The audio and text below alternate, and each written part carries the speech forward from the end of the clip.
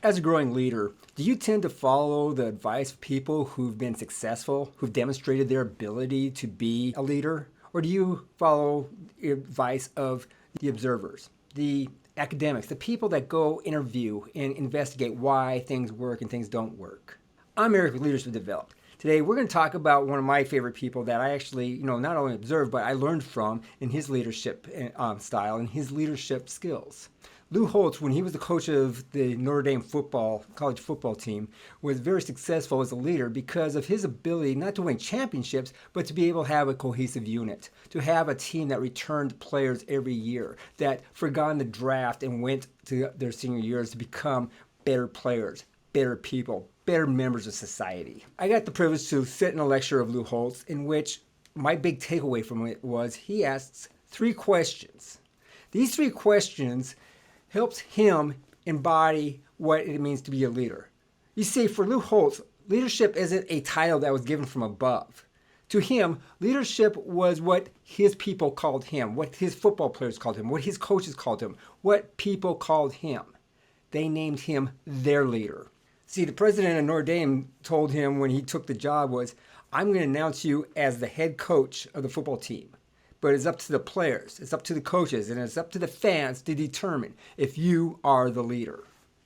And I was like, wow, that's amazing stuff because that falls in line with how I view the difference between management and leadership.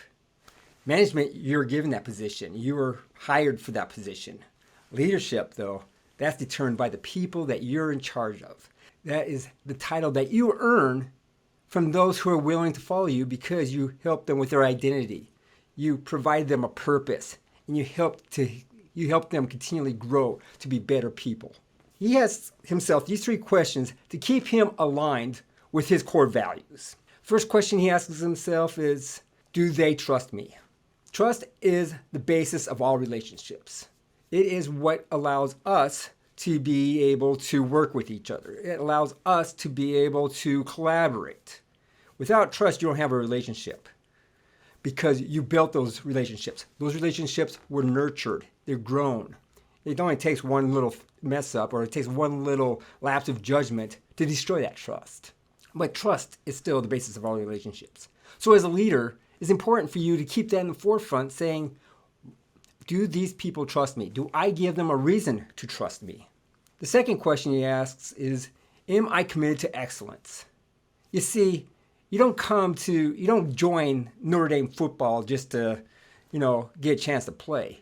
You go there for prestige. You go there for the ability to win championships. You go there to be able to highlight your skills, your talents, to be able to be committed to excellence yourself.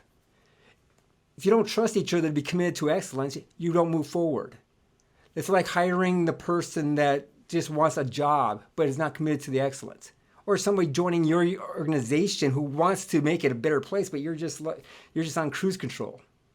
Commitment to excellence pushes everyone to that next level. How are we better than yesterday? We don't care what the competition's doing. We need to know how are we doing better today than yesterday. Because we can have all those other outstanding things that measure success, but that's not where my organization's at. It's not where your organization is at. Your organization needs to step up better than yesterday. They're better than the day before. That's how you measure success. And plus, is your definition of success. One of the best things I learned coming out of the military was during my MBA was during our final, they're like, what are you going to measure success for your organization? I was like, yes, that is how I see things. I see it as I'm picking this. This is how we're going to be better than ourselves. And you know what? We did pretty damn well. The third question he asks is, do I care about them? Do I show that I care for them? Now, why is that different than trust? Because when you care for somebody, you're actually nourishing their ability to grow. Yeah, we can have a trustful relationship where we're just helping each other out and just trying to, be a good cohesive unit. But when you show care, you care about how they grow. You care about how they improve. You care about how they represent your organization and themselves. As in my squadron, we used to say, we give a shit. Why? Because nobody else did when people needed us the most. The reason why the power of the Purple Fox model was important is because of our mission. Our mission was to save lives from the battlefield. We were one of the few squadrons that would take the fear and control it, and then be able to go into harm's way to save lives from the battlefield when other squadrons were a little hesitant about going in.